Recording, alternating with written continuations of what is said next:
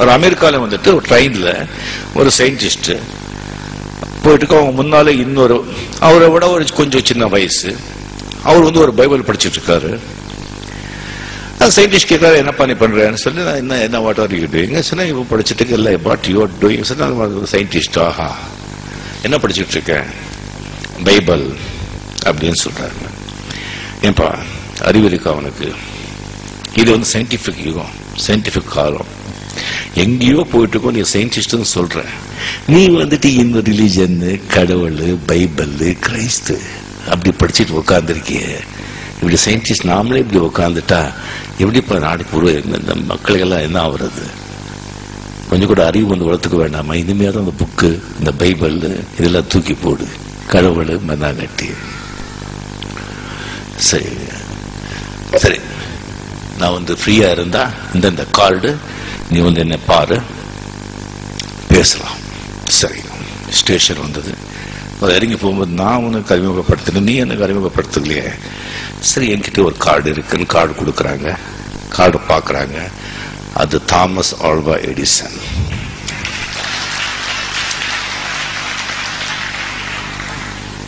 அந்த scientist இருந்துச்சுட்டு, sir மன்னிக்கணும், நீங்க எனக்கு ஒரு அப்பாயின்மெண்ட் கொடுங்க, நான் வர்ற பார்க்கணும், வாங்க இந்த டைமுக்கு சொல்றாங்க.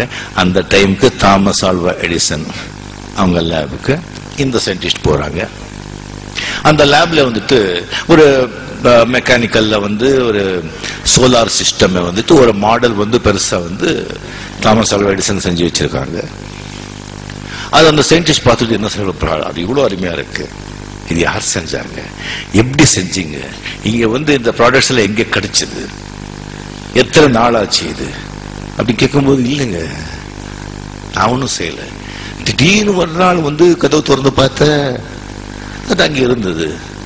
சார் தமாஷ் பண்ண வேண்டாம், நீங்க சொல்லுங்க, நிஜமாங்க ஒண்ணுமே கிடையாது, ஒன்றும் சார் திடீர்னு கதவு திறந்து பார்த்த ஒரு நாள் அது எல்லாமே அங்க இருந்தது.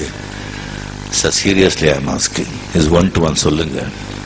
இப்ப நீங்க சயின்டிஸ்டுங்க, திடீர்னு ஒரு நாள் காஸ்மஸ் உருவாச்சுன்னு சொல்றீங்க, திடீர்னு காஸ்மஸ் உருவாகும் போது இது உருவாக கூடாதா?